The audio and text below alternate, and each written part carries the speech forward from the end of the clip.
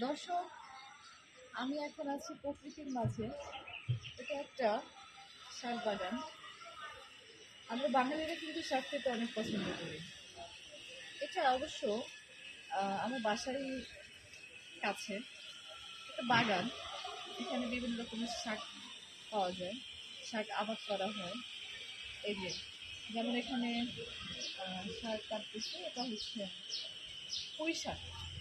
পুঁই শাক কিন্তু অনেকে ভাজি করে খেতে, পুঁই শাকের ঝোল মজা লাগে। তারপরে যে এখানে জানলার মধ্যে এই সাইডে একটু দেখে, এই যে এখানে জানলার মধ্যে কিন্তু এটা লাউ শাক আবাদ করেছে।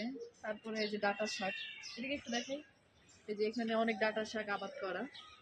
তারপর এটা কি শাক? পালং। এটা পালং শাক। পালং শাক কিন্তু অনেক ছোট ছোট হয়, পরে আস্তে আস্তে বড় হয়। তারপরে এই যে এখানে যে কলা বাগান আছে, কলা বাগানে এই যে কলা ধরেছে।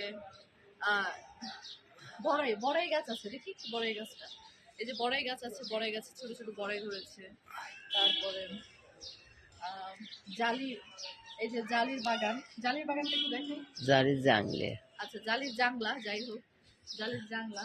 তারপরে কচু আছে বেশ কিছু, বাক্স কচু যেটাকে বলে, বা এমনি নর্মাল কচু কচু আছে।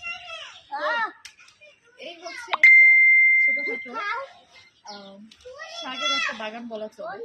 তো আসলে আপনারাও কিন্তু চাইলে, আপনাদের যাদের এরকম জায়গা পড়ে আছে, প্লট পড়ে আছে, আপনারা কিন্তু এরকম চাষাবাদ করতে পারেন। শাকসবজি খাওয়া কিন্তু স্বাস্থ্যের জন্য অনেকটা ভিটামিন।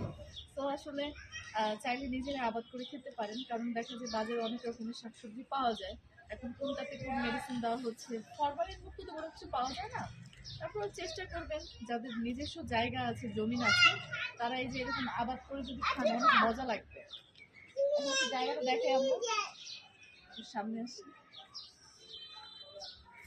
এই যে এখানে এই যে শাক তুলছে,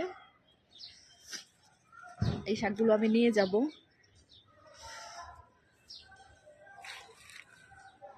সবুজের সমারোহ।